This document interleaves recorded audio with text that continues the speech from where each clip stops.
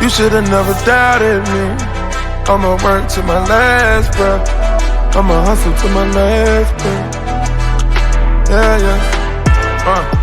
Yeah, you should've never doubted me. The pain and the struggle followed me. All right, we live. Welcome back to the Work Never Stops podcast. I'm your host, Deji Wesley. I'm here with some of my guys, my absolute peeps right here. Yes, Man, this is awesome to be able to be doing this right now. To have everybody together. The benefits of COVID is that we can just get on we can get on the computer and we don't have to try to coordinate schedules so heavily. But I'm here with my guy Mickey, my guy Jay. Both have been on the program before, but great to have you guys on together, man. Welcome. absolutely. Thank you for having us. us. Really appreciate it. Yeah, for sure. If you guys haven't seen their episodes, please go back and check them out. Really great, insightful episodes. But now we got something else for you. So anyway, so Work Never Stops podcast. We're gonna drill into 3 topics that we all feel a little bit passionate about. Let's jump right into it. Yeah. Yeah. Get into it. Cool.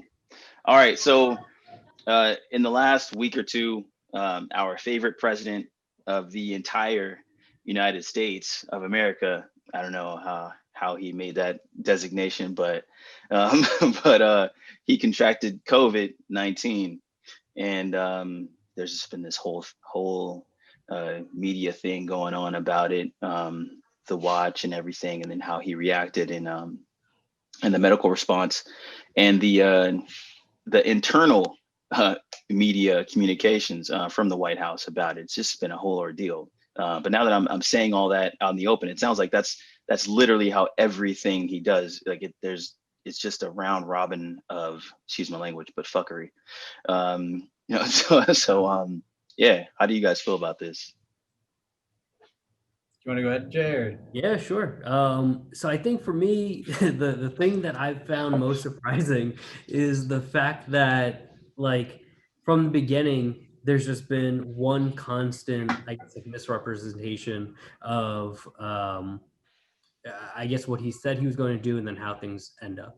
So, like, the one thing outside of, I guess, how the whole situation's been handled, I think everybody would agree that you're not going to blame Trump for COVID, I guess, in general, like just COVID as the disease. You can't blame one person for that. But the handling of it, how it was contracted in the U.S., I think it started, in Irvine was like the first case in the U.S. I think it was. I don't know. I could be incorrect. But I think it was, whether it was in Irvine or in New York, I can't remember. I thought it was in Washington. In Seattle, right? All right, I apologize. But wherever the first case was, I mean, you saw what other countries were doing at that time of shutting down, doing tracing, all of that, and our approach was very different. And as a result, you now have hundreds of thousands of people who have passed away, and that number is going to just keep increasing. And the number of cases that we have is now growing as well, right? And you have different governors handling things, I guess, how they wish. So you have some states that are still mandating masks and social distancing, while you have Florida that completely just reopened the state. And I think that is the thing that's been most surprising to me, is how politicized this entire process has been. Like, you're just removing safety from it, and more so just worrying about your job, about being reelected, whether that be president, governor, mayor, and so on. So, like, for example, the governor in Florida, I believe he's up for reelection. And I mean, yes, you have businesses that are suffering. I get that. But at the same time, Florida already had a really high rate of transmission, and now you're going to increase that even further. And like the Trump administration, I think this was back in maybe August or September. He said, by the election, I'll have a vaccine for you. I mean, we're a month away. I don't think there's going to be some mass rollout of a vaccine. So I completely disagree with the handling of COVID by his administration. Yeah, I totally agree with Jay. I mean, one common theme that, when it comes to this administration is uncertainty.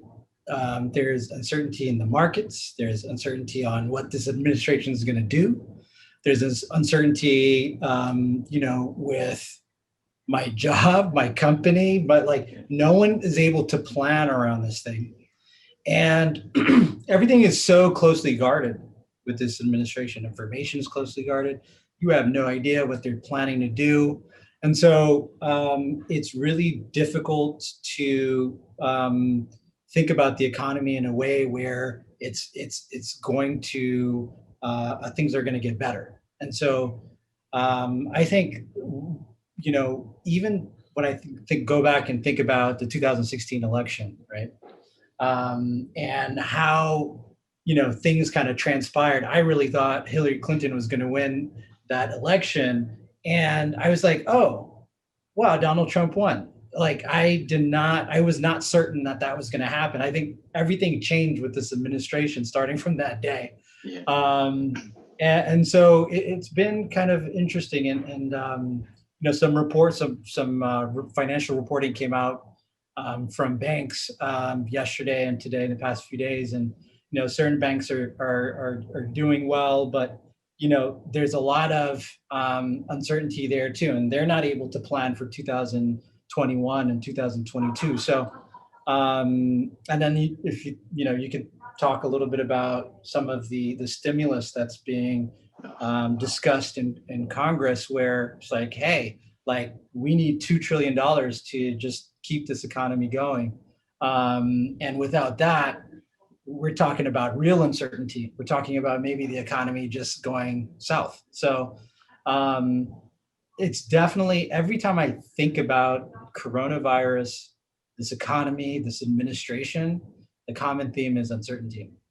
Yeah, we're in a really dangerous place right now as a country. I don't think people really realize it. I was on that LA Chamber of Commerce call today, and I kind of been talking about just what I've been seeing around the city. Like there's like, if you drive, around the city, you see like 70% of businesses were closed, during this whole thing, like, just doors shut, right? Even restaurants that probably could open up and do some takeout aren't open, and either potentially could come back or are absolutely gone, right? And the numbers pretty much reflected that. They said that like 80% of businesses closed. Whether they come back or not, that's a possibility, based on things like you were talking about, Mickey. Like, do we get the economic support, the another kind of bailout check, so to speak, in whatever form, in a loan or whatever. But that's dangerous. I mean, you start thinking about the trickle down of something like that. You're talking about not as much money in the in transit in the economy, right? The whole change crisis that we had directly connected to people not being out spending cash. Granted, that's something that we can adjust to, right? There's digital payments, contactless payments, things like this. But the trickle down from something like that is the joblessness, the homelessness. I saw a lot of new homeless people in downtown LA, people who look like they're our age, just on the side of the road with a backpack and an iPhone. It's like, dude, like what happened to you? What's going on? It's just getting scary out there. Mental health is going to go insane right now. No pun intended, but it's I don't know, it's scary out there. I mean, this guy was just dancing on stage the other night, and I mean, how disgusting and out of touch can you be? And like you said, uncertainty. Did he even have it? Did he even have COVID-19? Was this some kind of political game that he was playing? I don't know. Yeah, Go ahead. No, I was just going to say, again, just going back to the whole, theme is just like, you just never know. There's so many ways you can kind of slice this. He may have lied to, just make this thing, maybe, I don't know. I mean, there's so many different reasons why he could have lied. But I think what's important is that, you know, if you look at it, and again, I can't put myself in, you know, the folks who vote for him. I can't put myself in their shoes. I don't know. It's just really challenging for me because every way I look at it, it's not logical. So, you know, if you ask me, the way I look at it is, okay, you've been talking shit about this thing, this virus for XYZ amount of time, and now you have the virus. I mean, he was talking about, you know, Biden wearing his mask all the time and and that during the debate. Right. And then the next night he had COVID. So I'm like, wow, this guy really has no idea what the hell he's doing. And it's scary. It's scary that someone is the president of the United States, right? The leader of the free world. And this guy has no clue what he's doing. And his people don't know what they're doing. So it's kind of, it's scary. And I hope that, you know, in a few weeks, you know, we'll see a different result. I hope people go to the polls, mail in their ballot, and, you know, we have a change in you know, administration. Yeah, let's hope so. Let's hope so, because I feel like it's not just the U.S. that really needs to kind of get back on track. Like they'll feel like the world needs to get back on track. You know, like you're talking about the administration. You know, you talk about the Paris Accord, or, you know, any of these international treaties that we've had. I mean, this guy just basically dismissed them. Yeah, it's like, and, like, after the Trump administration came in, I think a theme that we've seen around the world that to me is something I don't necessarily support, but it's just like we've seen conservatism kind of push its way throughout the entire world. So you have tons of different countries who have, and, you know, I understand, like Mickey was saying, personally, I can't see myself voting for somebody like that. There's so many things that are just misaligned with, I guess, my own personal values, my thoughts on things, like caring of different people and whatever, right? It's just like, I can't come to terms with voting for him. But around the world, you've now seen this, where you have people, you know, like in London, you have Boris Johnson, who moved into power. And I mean, you had, like, their mayor was Muslim and he had issues with the mayor being Muslim of London. Then in India, you have some of Indian descent. You have Narendra Modi, who became president. He's just like a Hindu nationalist. People of different religions have been living in India for, you know, hundreds and thousands of years, and now they want to turn it into like a Hindu country, telling Muslims go here, Sikhs go here, like, and Christians, you know, leave and do this and that. Like, this theme is now kind of reoccurring throughout the entire world. So I think that, to me, has been the one part of him coming in that kind of has had this like wave that's kind of taken place throughout the world. Is just this like wave of conservatism, or I don't know if it's conservatism that's actually the right term for it, but it's like like the underlying like racism that a lot of people feel that his administration is tied to. I feel like that portion of it has been pushed throughout the entire world. yeah. So even if we do have a regime change, so to speak, does that change? Does it go away? Probably not. Because the whole idea here, you know, if you boil it down to what the issue is, it's you know, resource scarcity. It's, you know, if you gain a little, you know, that is reduced from what I have. That's the whole issue. Like, for you to you know, to gain, you know, I have to lose. And people think like that around the world.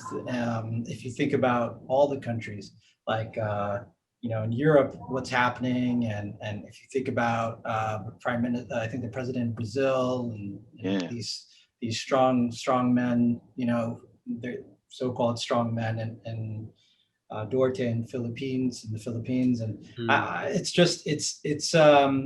I think that's the idea, is that there is no, like, there is the level of like thought behind we're all, the same, or because think about it, we're all Americans at the end of the day. I mean, we're all Americans. Yeah. I'm speaking I'm speaking for this country. We're all Americans. Like I was born here. You guys were born here. It's like, but once you get to a certain level, it's like, okay, well, you don't belong here because you're not like us.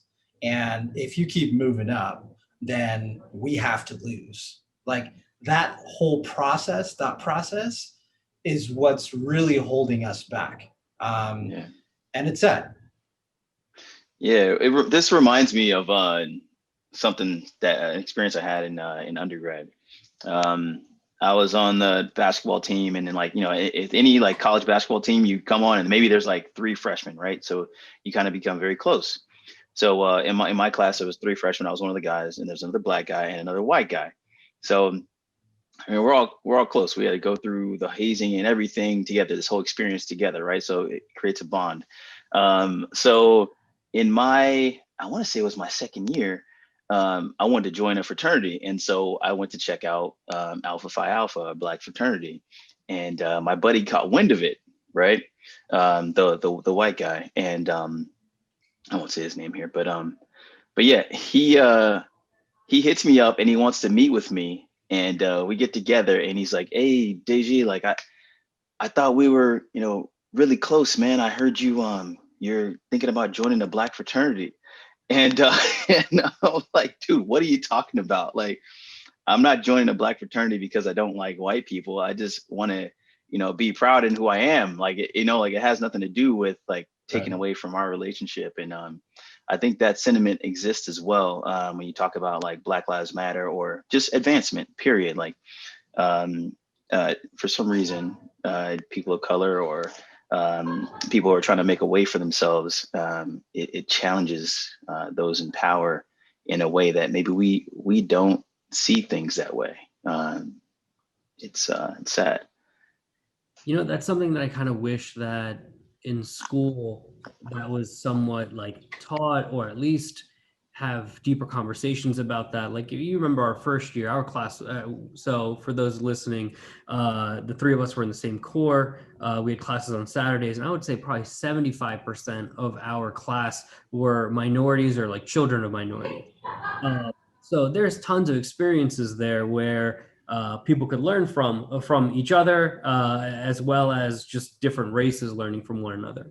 And I think this goes back to kind of what Mickey was saying, Deji, what you just touched on, where, people, I guess, are concerned when you move into certain levels, and I think thinking professionally, when you move yourself into certain hierarchies at your company, you may feel uncomfortable with the people that you're kind of surrounded by as you move up, because that's also a big issue here in corporate America, is that the higher up you go within a company, it tends to be more male dominant, and then also just pretty much just white as far as management's concerned. So being a person of color and moving into those circles, whether you grew up around, white people or not, that's not really the issue, but there is just this, I don't know, there's this weird intimidation as you move up into that circle. And it's for whatever reason, like what we were just saying, you don't feel like you belong, or you have to act a certain way. And I think that experience is just really not talked about. And I don't know whether that's because a lot of people in our class may not have made it into management at that point, or if the school just kind of isn't thinking about that concern as of this time, or at our time when we were taking classes. Maybe going forward, I know they're making initiatives, and our board for the PM program is pushing to make new changes. So hopefully we see some of that be implemented going forward. Yeah, that'd be awesome, man, because I definitely had that experience in the corporate world. Matter of fact, I wasn't even in my position. I wasn't even a manager, or I didn't have any power, but I just happened to be sitting next to the C-suite. So it's the worst position for but man, that element definitely was there. Right? So many managers or VPs, directors walk by my office and kind of go, "Who is this guy?" It was a couple of days a week. and then to be making high profile bumps, like I blew the company's goal out of the water, like, so, and that just put a target on my back. I thought I was gonna get like, get praised. It just made it be like, let's knock this guy down a couple of pegs, Yeah. Yeah, do you remember that just a quick comment, do you remember that class, management perspectives? Management perspectives, what? And Trudy asked you, she's like, how does it feel to be black or something like that? Oh, what did I say? No. You don't remember? Now I'm like, oh shit, what did I say? I don't remember what he said, but it was just I remember that shit clearly. Yeah. Everybody was just like, yo, like, what is going on right now? Like, how is this being said? But I don't exactly remember, like, I guess why that topic came up, but it was something along the lines of like, Deji, like, what's it feel to be black? Like, Jesus Christ. Like, dude, no. Like, why? This conversation. Very, very out of touch. That situation, you could tell, like, she was just not in touch with, the world.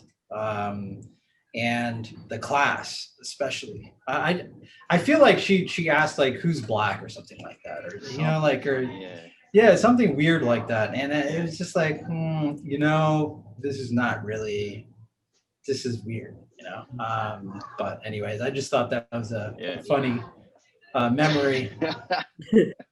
You know what? There was I think that might have been the implicit bias day where they did the whole video about the dolls and that stuff, right? Maybe. Was it that same day? There was a couple of days in that class where I was like, just like, I need a break, man. I need this is like, why am I sitting in the front? Yeah, man. I mean, but also like my whole core year experience. I mean, my group was all white males. And, I didn't feel like I fit in, man. It was weird. It was like a microcosm of corporate America. Yeah, man, that was definitely weird.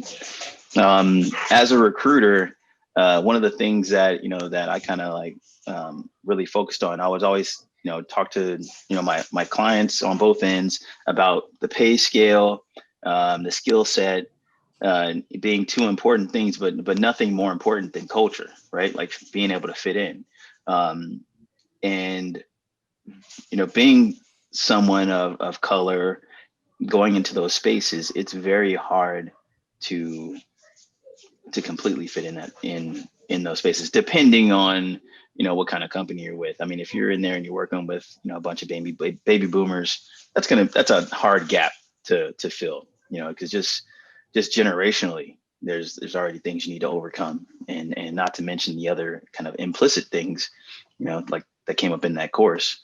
Those things are there. And more recently, I've been having these conversations with people, Trump supporters, mind you. And a lot of these implicit biases are coming out, things that they don't think they're racist, but they absolutely are. But you don't know if you're racist if there's no one to tell you, like it's a big gap to make, a leap to make on your own. If you don't have someone to point out, well, why do you look at this person this way? What about them gave you that perception? It's a difficult thing. I had a guy tell me the other day that if I sat outside his business and black people walked by, they'd wonder why I was a patron there, and that was racist. That black people were being racist to me because they wouldn't agree with me being there, and he needed to understand that wasn't racism. What racism is having the power to tell somebody they can or cannot have this job. They can or cannot live in this neighborhood. You can have this job, but you can only make a certain amount of money doing it, and you can't move up. That's racism. Not I don't like Jordans. Why are you wearing Jordans? Like, okay, like what is that really? Systemic racism. I think that's what it is, and I think that's really ingrained in our system. The American system, I think, is systemically racist. And I think, the thing is, there's a lot of pleasantries, and it's really hard to see the racism just up front. Sometimes you can pick it up, but I've talked about this on our last episode, but you know, coming from like an African background, like I just never thought about things that way because my parents never taught me like, oh, like that's racist. I had to learn it on my own. And within my journey, I'm sure there have been many times that there were racist moments or racist people who just automatically just said, this guy's black, just blah blah blah, right? And just kind of written me off. But I never realized it in that moment, and I always looked, within and said, oh, maybe there's something wrong with me, like personally, not realizing that, oh, like this is not actually me. It's actually like it's me, but it's like not actually like not based off of my skills or what I bring to the table. And that's scary because when I apply and they look at my name and, and a lot of like, I don't know if you guys noticed, but a lot of like places now, it's not the way they kind of write their job description. It's like, oh, you have to fit the culture. It's like, but that's very broad. And, it's like, okay, the culture, and you go to their website and you see the culture, right? It's like you said, it's not diverse, Caucasian men, and, what does it mean to fit a culture?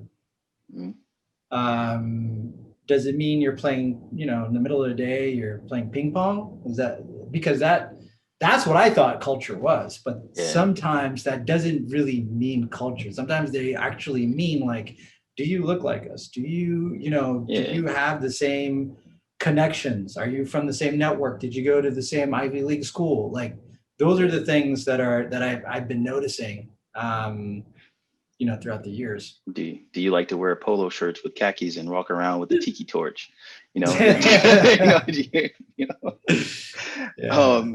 One thing about that note about the racism kind of being, not being in your mind, but you know what I'm saying? Part of your thought process. Right. I think a little bit of that works to your benefit. Because I too, having the Nigerian father, him not growing up with this, like with so much racism, like culturally in where he grew up, I got a bit of that too, where it was like always like, Deji, work hard, you'll get what you want. And you'll have to work. And then a little bit of his American experience, like you'll have to work 3 times as hard, as the white man to get what you want. But it was never like, you like a downtrodden thing. It was like, just bust your ass, like absolutely go hard and you'll get what you want. And I feel like I benefited from that, that too. And I'm trying to remember your last point to respond to it. But anyway, description thing. So I found to go hard and I'm doing my thing, but like the reality is I need to hire people, right? Like this is like my next step because I just can't do everything on my own. And then when you start thinking about that, with my background and as a recruiter, I'm like, what is the culture? Like what is my culture? Who do I hire? Do I only hire kids of immigrants? Because all my closest friends are kids of immigrants. Like, a few years ago, I realized, I looked back, I'm like, wait a minute, every single person. Like, it doesn't matter if you're Ethiopian, you're Indian, you're Persian, Armenian, like, it's just, anyway, it's a crazy thing, man.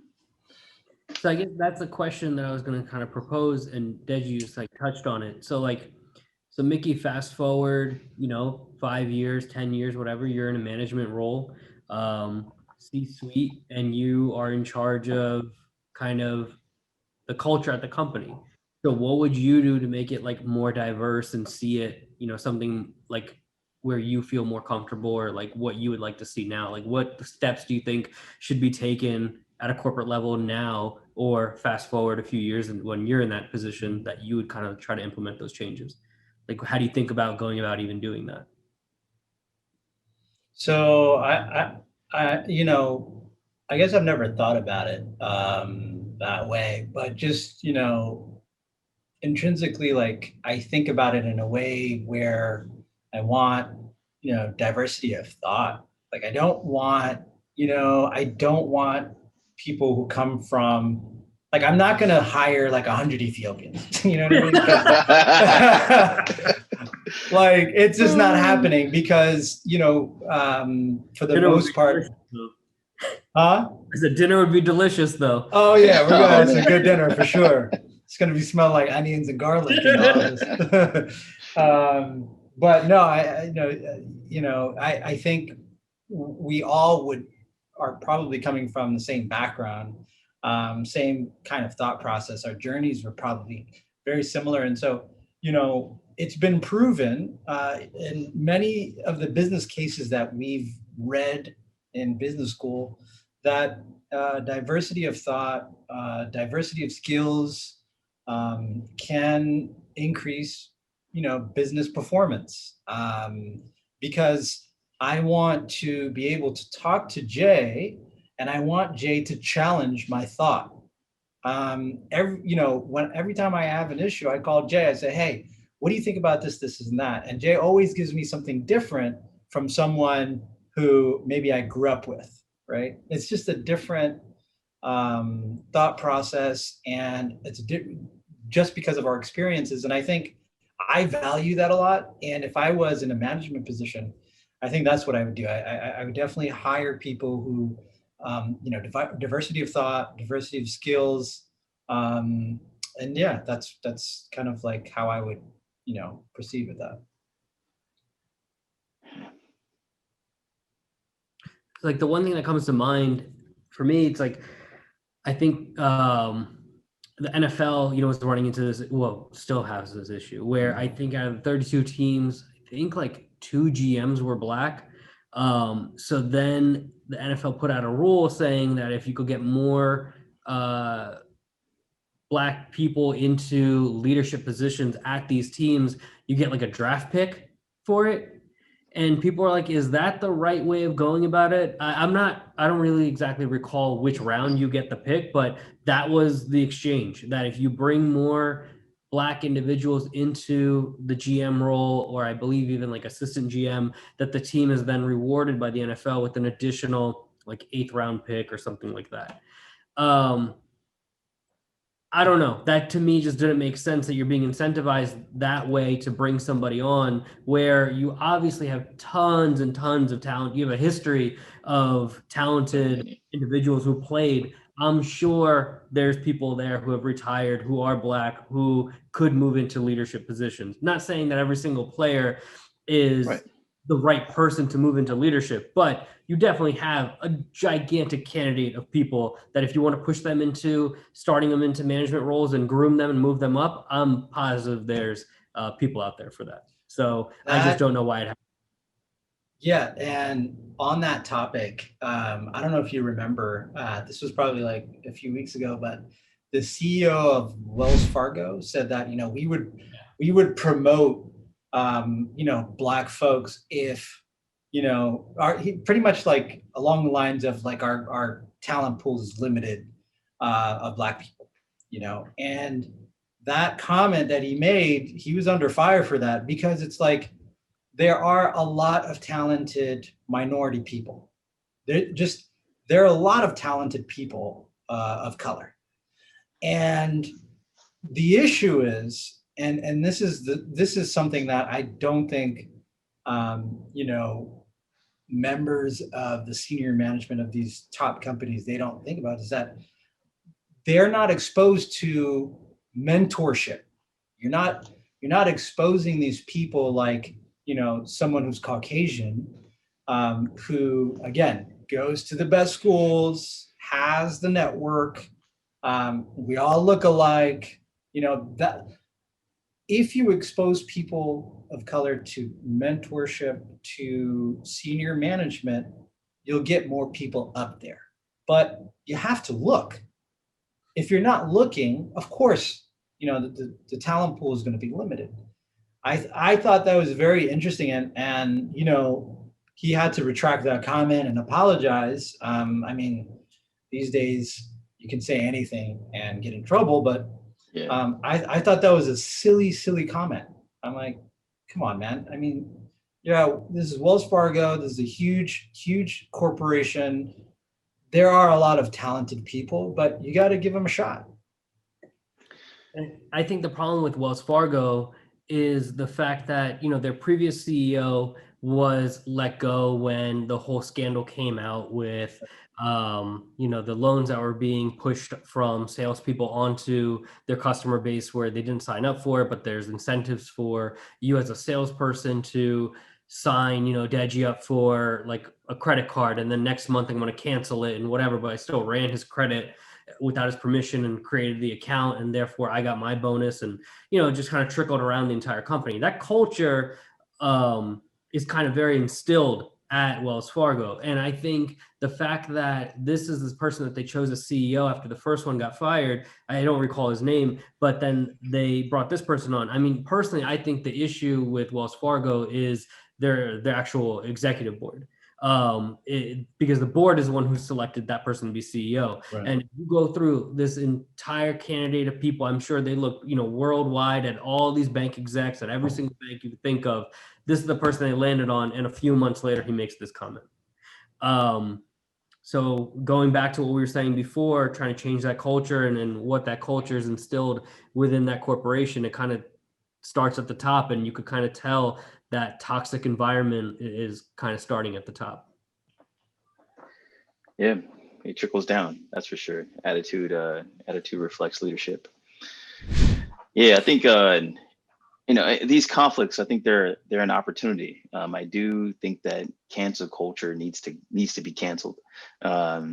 It doesn't take advantage of the opportunity to learn. Of course, in order to learn and move past these moments, we need to get uncomfortable.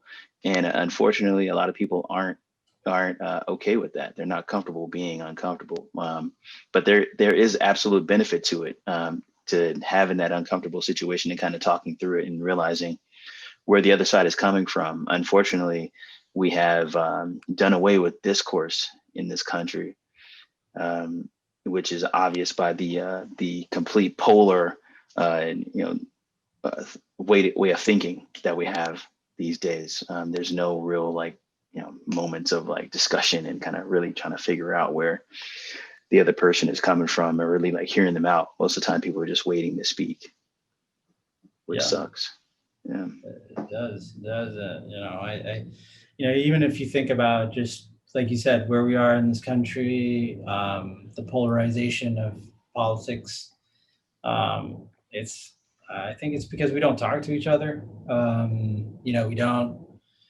There needs to be a conversation around these kind of things, race, and people need to talk about these kind of things, because we're kind of drifting away from each other. It feels weird. Yeah, can get. Hopefully this gets better, because it can get really bad. It can get really bad, especially depending on what happens on November 3rd or 4th this year. 3rd. Yeah. I think so. Well, cool. I think we all have homework to do or something like that. I know I do. I'm sure I do. I always have something. Yeah, man. There's always something, dude. Gonna have to do it for last minute. Man. All right. Hey, guys, thanks for coming on. Hopefully we can do this again soon. Yeah, hopefully in person. That would be awesome. A bottle of bourbon. There you go. It's not a bad idea, my man. Yeah, I'll bring the cigars. So, I like that. That'll be fun. Sure. All right, guys. Thanks. Thanks for tuning in.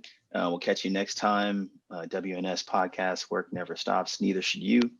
If you want more entrepreneur lessons or any more insights or anything like this on business and the world today, go to workneverstops.co. I'm Deji Wessey, Mickey Solomon, Jay Modi, and we are out. I was so hard-headed at first. My grandma didn't even believe in me. I kept going though. All I can say is I told you. Jury at the bank now in the vault. You should have never doubted me.